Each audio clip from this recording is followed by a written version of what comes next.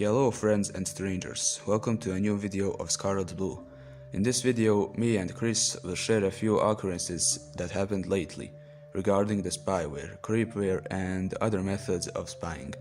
The government and many other high-ranking officials most definitely spy or spied on us at some point in our lives. We all use internet, even our grandparents and older people who don't like modern-day technology use it pretty often. Why not? You can find answers for everything. I won't go in depth on why we use internet, of course, but rather how we use it. Have you ever encountered websites that ask you to accept cookies? I am quite certain you did, and that is not something to be much afraid of. But it still is a form of spyware. The role of cookies is to find out what interests you the most, so the given website can inform you about the things you like. Say you Google Willian leaves Chelsea, or only Willian. These kinds of news pop up in the screen. If you're into football at all, these are your news. So the bottom line is, cookies aren't that bad. Well, I wouldn't agree. See, many websites do not let you decline the cookies. So if you want to read an article, you must let them stalk you. Anyway, as for cookies, they aren't going to be able to access your private info, chats, communities that you're in. Not too bad. Next, we're moving on to something bigger: viruses. Ironically enough, I don't mind downloading freakish content from the internet, and it's hypocritical of me to mention it. But Trojans are another form of spyware. You know how Trojans work. If not, I'll leave you a link to the website that explains it. Many programs can be masked as Trojan viruses, mostly including cracks, shady plugins, shaders, or even password savers. Of course, this does not mean you should never download those, but for your own sake, be careful.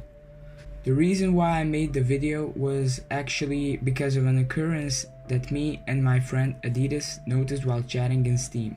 Be mindful, I do not accuse anyone or anything directly for this. Anyway, we were talking about taking a masterclass from Hans Zimmer, a very successful and famous composer. In the chat I mentioned Tom Morello, who teaches electric guitar, that dude who plays guitar in Rage Against the Machine.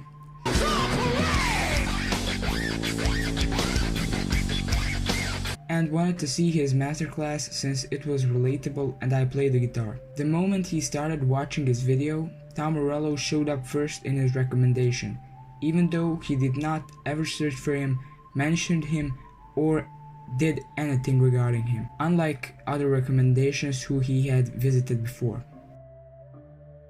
It could be a coincidence, but we actually teamed up on Discord to say the player's name Anderson and it's one popular player.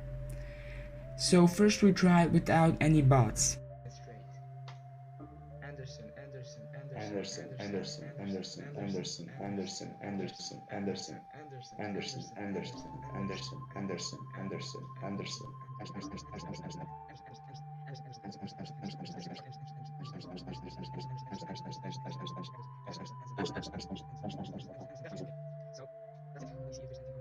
As you can see, there's no Anderson at all in the feed. I refreshed around 3 to 4 times and I couldn't find anything regarding him. Then we tried with Rhythm. He was not deafened nor muted. After spending another 5 minutes,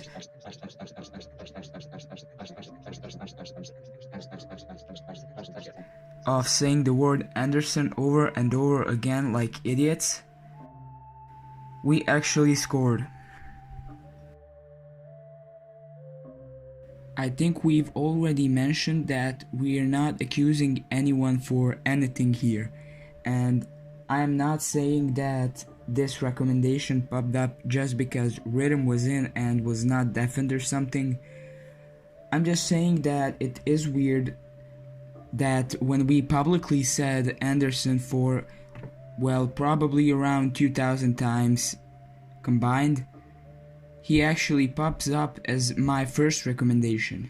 I caught this on tape and got very lucky with it, but there are Instances that I cannot prove that happened to me or my friends because, well, I didn't record them. Also, moving on to another spying technique. If you have it installed or if you read the news, Epic Games sometimes give games that are very expensive for free. There were many speculations regarding the Epic Games launcher as a spyware too.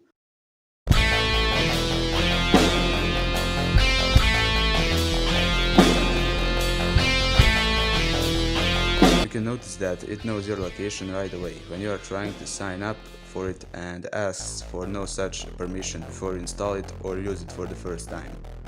Many apps do that, and even if you try to pretend that it's okay, it's really not. In most cases, they know your home address all the way to your house. Sometimes even Google asks for your location, but the difference is in the approval question, which is missing when it comes to Epic Games Launcher. When Pokemon Go was hot, it has been flagged as a spyware too by many, mostly Karens and helicopter parents, but they may be right. As you play, you show the footage of your town, street, or whenever the fuck you would be playing Pokemon Go. So basically, many games can be easily stealing your data, maybe even come to your camera and watch you daily. It's creepy, it really is. You should be careful about Valorant too, as it has a shady anti-cheat program coming along with it. So, what is wrong with Huawei phones? In 2019, Huawei has faced allegations from the USA and its allies that its wireless networking equipment could contain backdoors, enabling surveillance by the Chinese government. That kind of sums it. No serious data breaches were recorded since the beginning of the company, so I would say that this is off the track. But since the USA banned Huawei from selling phones in their country, they got caught in an expected economic crisis and are likely to stop making Android phones and start their own OS. They have so far launched the newest phone from Huawei, Mi Mag 9, dating back to only 6 to 7 days ago, July 27th. So as for Huawei, it doesn't seem to steal any personal data, as both of us possess a Huawei and no such thing happened to us. Or did it?